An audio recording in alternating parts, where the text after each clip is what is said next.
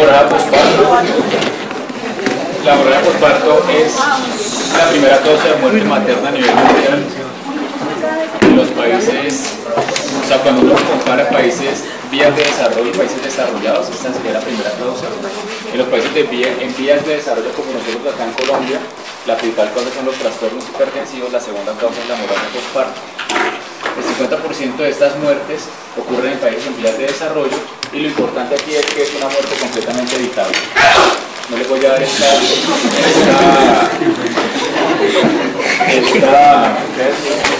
estadística porque más adelante les vamos a dar una estadística del 2012, 2013, esta estadística ya está desactualizada. El punto acá importante es que obviamente un sangrado materno, una hemorragia posparto, dependiendo de la intensidad del sangrado, pues tendrá una morbilidad asociada, que va desde un choque leve hasta un choque severo, donde habrá falla renal aguda, un síndrome de Sheehan, que van a buscar qué es, pancreatitis y síndrome de distrés respiratorio. Esta es una publicación que hay del 2010 del Hospital Materno Infantil, en donde vemos aquí que la principal causa de morbilidad materna en nuestro país son los trastornos hipertensivos. De eso se nos mueren las maternas, por eso la preeclampsia es lo más importante acá. En segundo lugar, la hemorragia posparto. En tercer lugar, vemos lo que acabamos de ver, hemorragias de segundo y tercer trimestre. Los cambios fisiológicos protectores ya los habíamos dicho. El aumento del volumen sanguíneo es una de las principales causas para evitar la morbilidad que ocasiona el sangrado posparto normal. El estado de hipercoagulabilidad, ya sabemos por qué la materna tiene un estado hipercoagulable. El efecto de torniquete que ocurre a nivel de las contracciones uterinas. Recuerden el estadio, la fase, número 3 de la actividad uterina, que se llama involución, que está medida por oxitocina, donde el útero continúa contrayéndose. ¿Listo?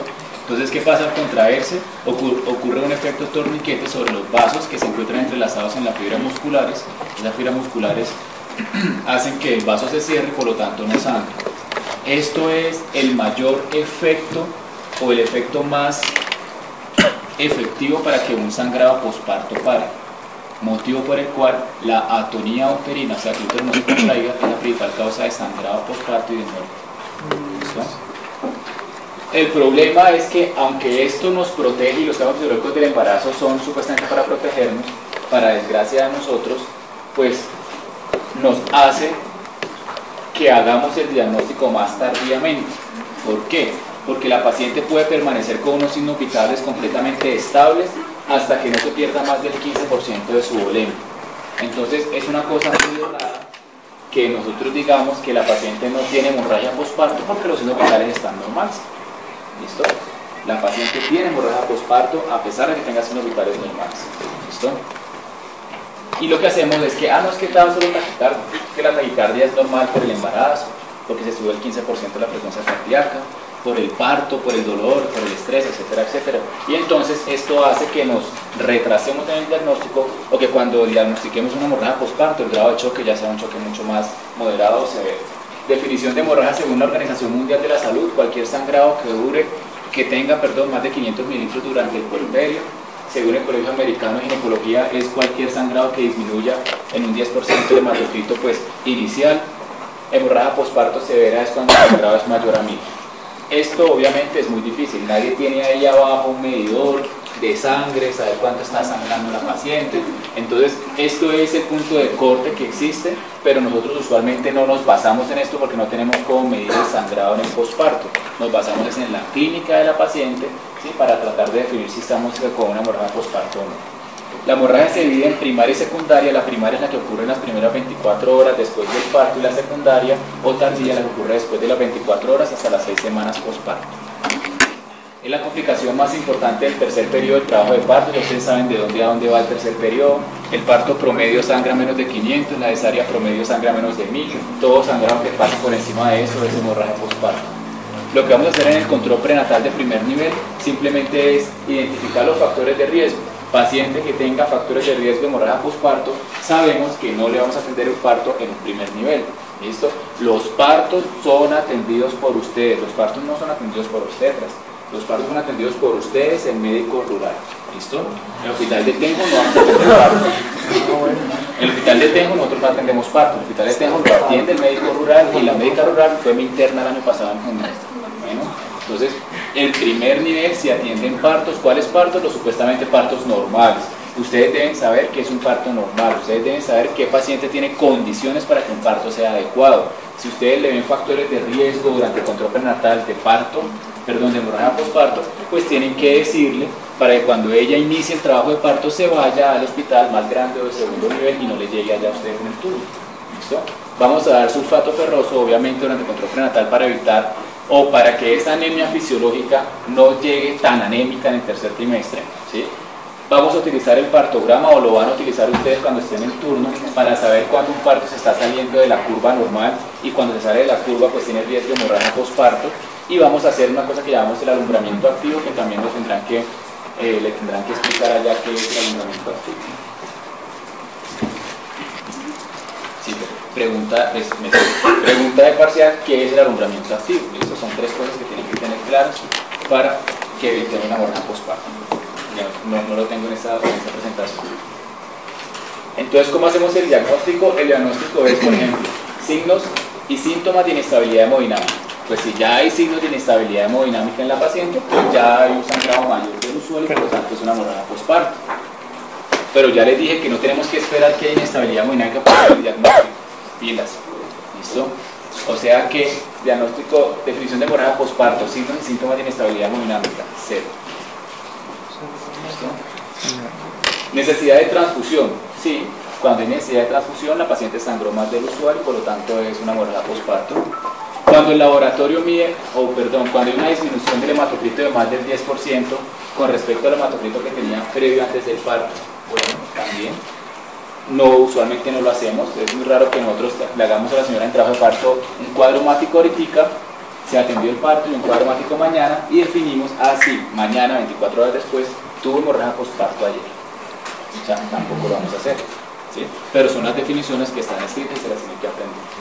¿Cuál es la etiología? La etiología son las 4 T's, eso es lo que ustedes se tienen que aprender. La principal causa de hemorragia posparto, como les dije, el principal mecanismo para evitar la hemorragia posparto es la contracción uterina sostenida. Entonces, la principal causa de hemorragia posparto es la atonía uterina, el útero fofo, el útero que no se contrae. Entonces, una de las causas de eso, el útero covaliente, que ya lo vimos. ¿Listo? Y no está escrito aquí. ¿No? Entonces, todo lo que ocasione sobredistensión uterina, si usted coge una bomba y la infla 30.000 veces, usted coge una bomba y la infla una vez y le saca el aire, la bomba se contrae.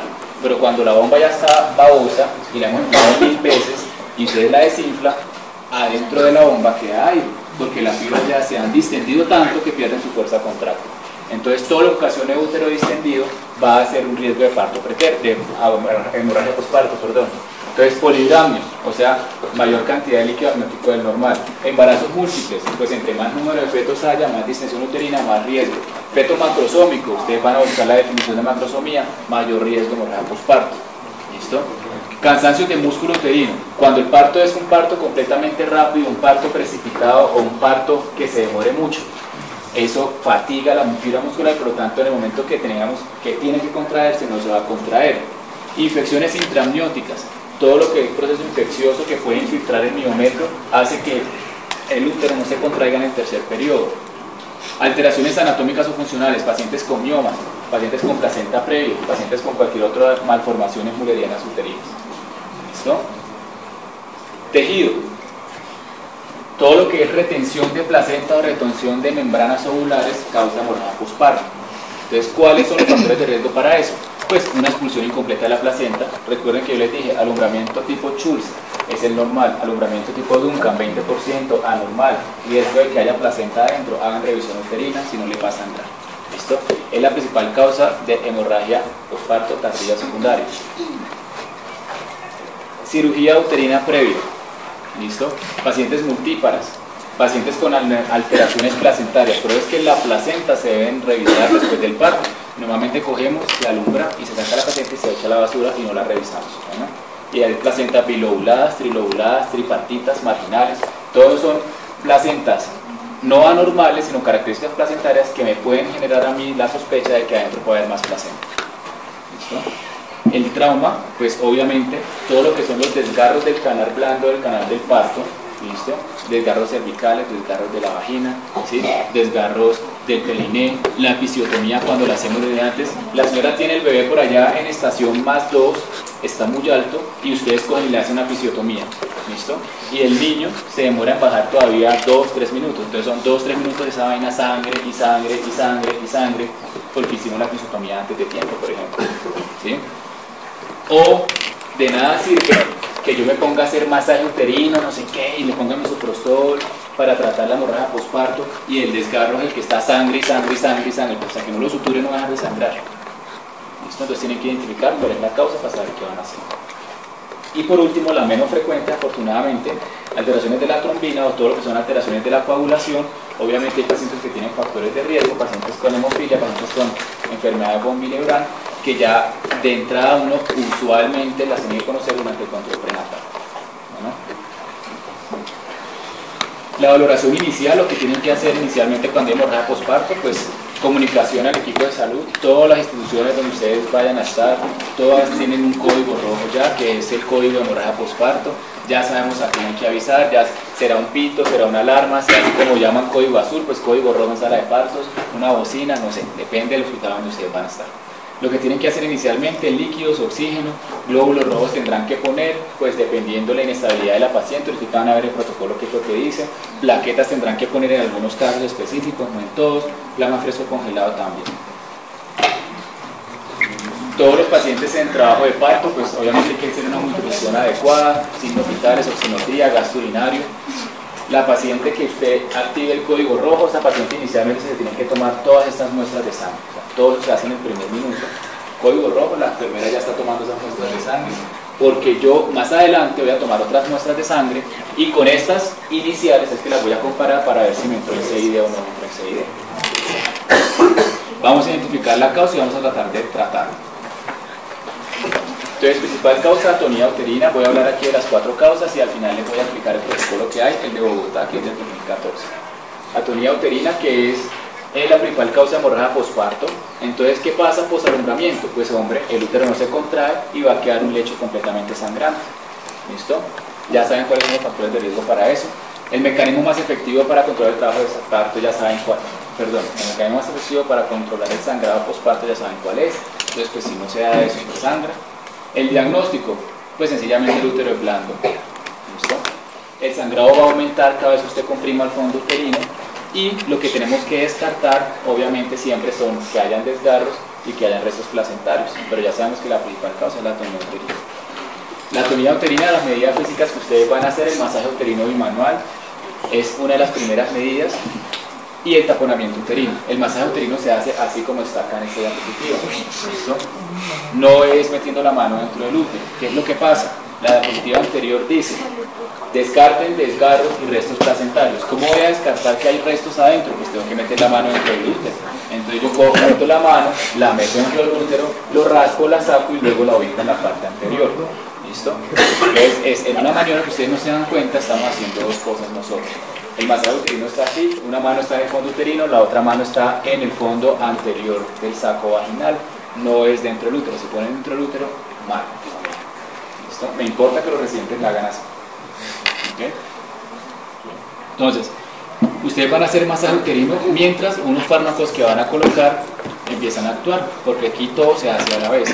Y otra cosa que pueden hacer es el taponamiento uterino. El taponamiento uterino lo van a hacer ustedes sobre todo en rural, en primer nivel, porque no van a ustedes poder operar a la paciente, que simplemente le llenan el útero, no la vagina, sino el útero de gases, así como cuando hacen un taponamiento nasal anterior, y se meten a la ambulancia y lo remiten. Medidas farmacológicas que pueden usar para tratar la atonía uterina, pues la oxitocina, obviamente es simplemente una sustancia que va a producir contracciones uterinas, se puede utilizar intramuscular, directamente en el músculo miometrial o de manera endovenosa. Tenemos otro medicamento como la metilergonobina, que se llama Metergin, que está contraindicado en enfermedades hipertensivas porque produce vasoespasmo. Al producir vasoespasmo, pues obviamente va a subir la tensión de la paciente. Entonces, ¿cómo se utiliza la oxitocina? Pues van a encontrar muchos protocolos. Este, por ejemplo, es el de la Universidad Nacional. 5 unidades y 10 unidades en bolo lento y luego van a dejar una mezcla. Máximo son 60 unidades en 24 horas. Y la ergotamina pueden utilizar una ampolla cada 5 minutos, máximo 5 dosis, se puede intramuscular, ya saben que está contraindicada en enfermedades hipertensivas. Hay otros mecanismos o otros